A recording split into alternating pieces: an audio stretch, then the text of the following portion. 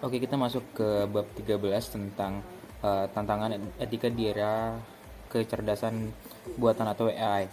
Kita masuk ke subbab algoritma bias dan gelembung filter dari Echo Camber. Di sini dijelaskan algoritma kecerdasan buatan atau AI bekerja sama dengan memproses data masif untuk memberikan rekomendasi yang relevan. Namun efisiensi ini menyimpan resiko etis berupa bias algoritma, gelembung filter, dan ruang gemah. Bias algoritma terjadi karena AI mempelajari dan memproduksi prasangka manusia seperti rasisme dan skisme dari data historis, sehingga memberikan kesan objektif dan pada ketidakadilan sosial yang sebenarnya terjadi dalam berbagai aspek, mulai dari rekrutmen kerja hingga seleksi konten yang muncul di lini masa.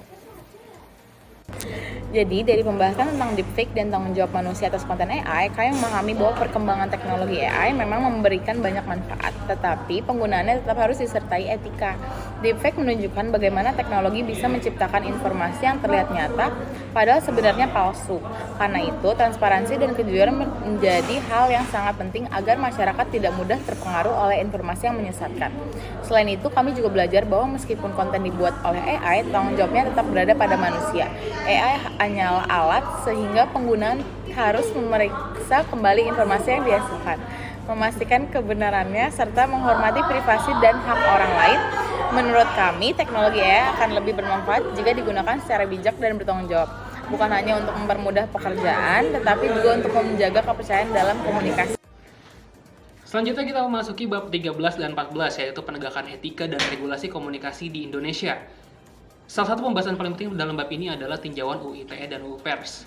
Dari subbab ini, kami memahami bahwa komunikasi di era digital tidak hanya membutuhkan kebebasan berekspresi, tetapi juga tanggung jawab, hukum, dan etika. Bab ini menjelaskan dua regulasi utama, yaitu UU Pers yang mengatur kegiatan jurnalistik dan UU ITE yang mengatur aktivitas komunikasi di ruang digital. Kami juga memahami bahwa setiap pengguna media sosial harus berhati-hati sebelum mengunggah atau menyebarkan informasi karena setiap tindakan memiliki konsekuensi hukum. Selain itu, kritik tetap diperbolehkan selama didasarkan pada fakta dan tidak mengandung fitnah atau ujaran kebencian. Jadi, dalam pemahaman kami terhadap bab ini, bahwa UU Pers dan UU ITE penting agar kita dapat berkomunikasi secara bebas, bertanggung jawab, dan tetap menghormati orang lain. Baik, subbab selanjutnya mengenai peran Dewan Pers dan juga KPI, di mana kami mengetahui bahwa di Indonesia ini kita memiliki dua pilar utama dalam menjaga kesehatan informasi publik. Yang pertama ada Dewan Pers, di mana Dewan Pers ini berfungsi atau bertugas sangat krusial, mereka melindungi kemerdekaan pers hingga memfasilitasi pengaduan masyarakat. Lalu yang kedua ada KPI atau Komisi Penyiaran Indonesia. Jika Dewan Pers berfokus pada pers, maka KPI berfokus pada isi siaran radio dan juga televisi. Lalu subbab selanjutnya yaitu mekanisme sanksi, di mana prosesnya ini dimulai dari adanya laporan atau pengaduan masyarakat terlebih dahulu. Setelah itu dilakukan pemeriksaan untuk memastikan laporan tersebut terjadi pelanggaran kode etik atau tidak, dan jika terbukti bersalah, sanksinya pun akan berjenjang, tidak hanya sekedar menghukum tapi juga untuk perbaikan. Baik, untuk yang terakhir adalah studi kasus dari bab 14, yaitu penggunaan etika dan regulasi komunikasi di Indonesia.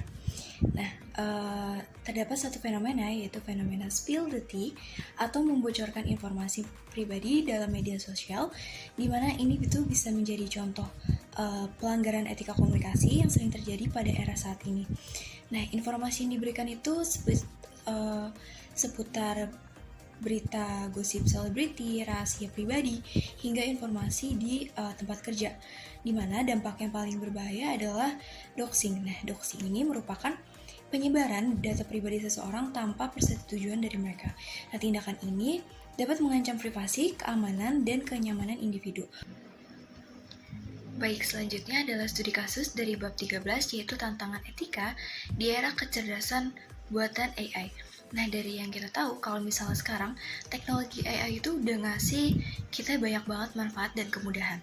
Tapi di luar itu, kita juga dihadirkan dengan tantangan etika yang serius. Nah, salah satunya adalah kemunculan deepfake, dimana kalau deepfake ini teknik manipulasi gambar atau video tanpa izin dari seseorang gitu. Jadi, deepfake ini digunakan untuk kayak membuat konten palsu, terus juga menyebarkan disinformasi, terus melanggar privasi data, sampai juga bisa merusak reputasi orang lain. Nah, dari sudut pandang etika komunikasi, penggunaan AI itu harus didasari dengan tanggung jawab, kejujuran, dan penghormatan terhadap hak serta martabat individu agar teknologi ini